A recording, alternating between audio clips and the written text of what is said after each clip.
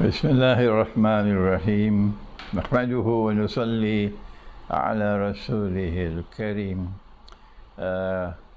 We greet you on the 9th day of the blessed month of Ramadan with Assalamu alaikum wa rahmatullahi wa barakatuh and Ramadan Kareem. And excuse me, I have this cough and I don't know how long it's going to last, but bear with me. We have been giving these short talks in Ramadan for beginners, and we are concentrating on how to recite the Quran and how to study the Quran, and why should you study the Quran.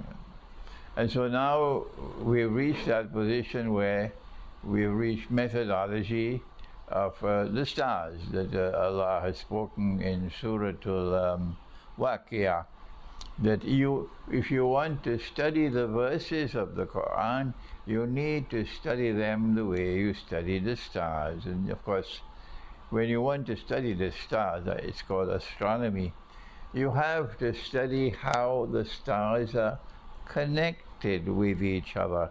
Look for patterns in the stars.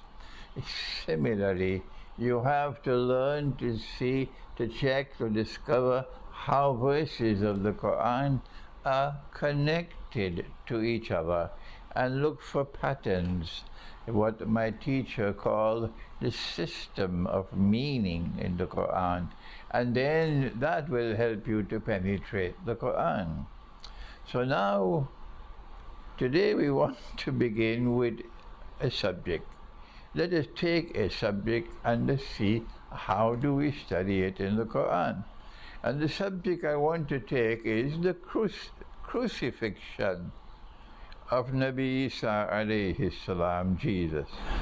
The question that arises is, was he crucified?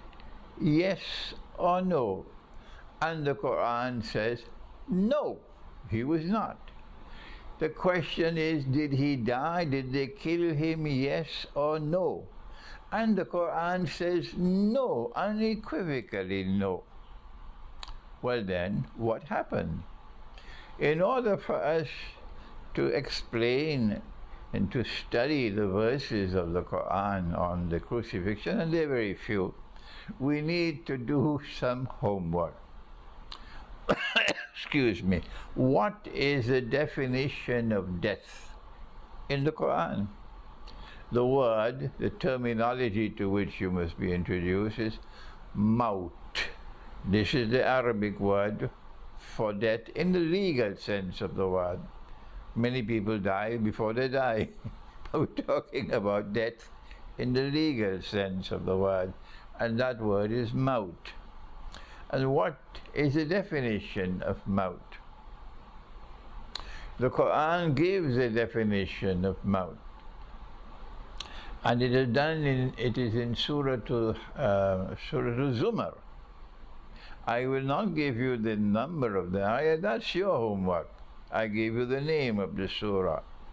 And Allah speaks in Surah Al-Zumar to define what is death in Islam.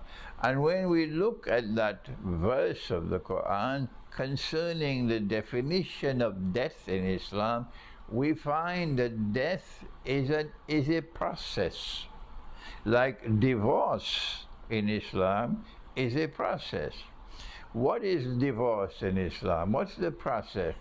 The process is that you commence the process with a pronouncement of talaq or divorce. That's the commencement of the process. And Allah gives that right to the husband, not to the wife. He is the one who makes the pronouncement of divorce. If he refuses to do that, then she can go to the judge. So now then, the pronouncement of divorce is not a divorce, except for schoolboys. Except for schoolboys. When a pronouncement of divorce is made, a process commences. And the divorce is not completed, does not take place until the process is completed. What is the process? that when the pronouncement is made, the wife must experience 3 menstrual periods, and after the third one, when she is now returned to a state of ritual purity, if there is no revocation of the pronouncement, then and only then does the divorce enter into force. It matters not how many times he makes the pronouncement of divorce during the period of the process. It's called iddah. He's only making a fool of himself if he repeats it several times. Only the first one is valid. Only the first one is valid. So this is a process of divorce. It begins with a pronouncement of talaq. It proceeds for a period of iddah of 3 menstrual periods, and then at the end of that, if there is no revocation of the pronouncement, only then does the divorce take place.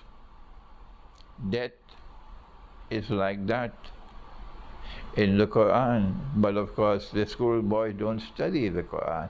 Let us go to Surah Al-Zumar and hear what Allah has to say about the process of death. He says in Surah Al-Zumar, بعد أعوذ بالله من الشيطان الرجيم الله يتوفى الأنفس حين موتها. He says that when the time of maut or death comes, at that time the process commences by Allah taking the soul. Taking the soul. But sometimes Allah takes the soul and He keeps the soul. And at other times Allah, takes the soul and then returns the soul. And so the verse continues. وَالَّتِي لَمْ تَمُتْ it most certainly is not death. It does not qualify as death. لَمْ تَمُتْ فِي مَنَامِهَا, when Allah takes the soul, for example, in sleep. فَيُمْسِكُ الَّتِي قَضَى عَلَيْهَا الْمَوْتِ وَيُرْسِلُ الْأُخْرَى إِلَى أَجَلٍ مُسَمَّى. Because when He takes the soul, for example, at sleep time, He can either keep the soul or He can return the soul. And if He returns the soul, lam tamut, most certainly it does not qualify as death. And so the definition of death is that the process commences with the soul being taken. Allahu yatawaffa al-anfusa hina mawtiha. It begins with Allah taking the soul at the time of maut.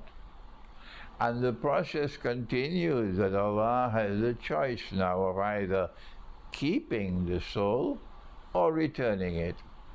It is when He keeps the soul and He does not return it, only then the process ends. Only then. But if He decides to return the soul, the process does not end with maut. No, the person is still alive. I hope this is not too difficult for you to understand.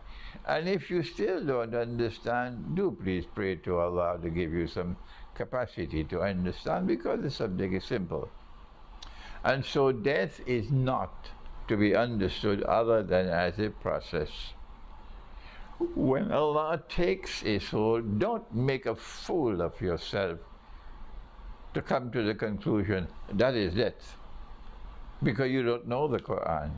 I'm sorry to use this harsh language for people who shout and scream where angels fear to tread the word of God. Be careful with the word of God.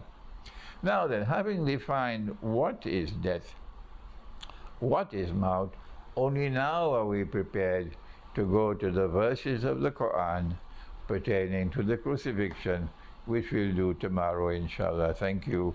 Wassalamu alaikum wa rahmatullahi wa barakatuh.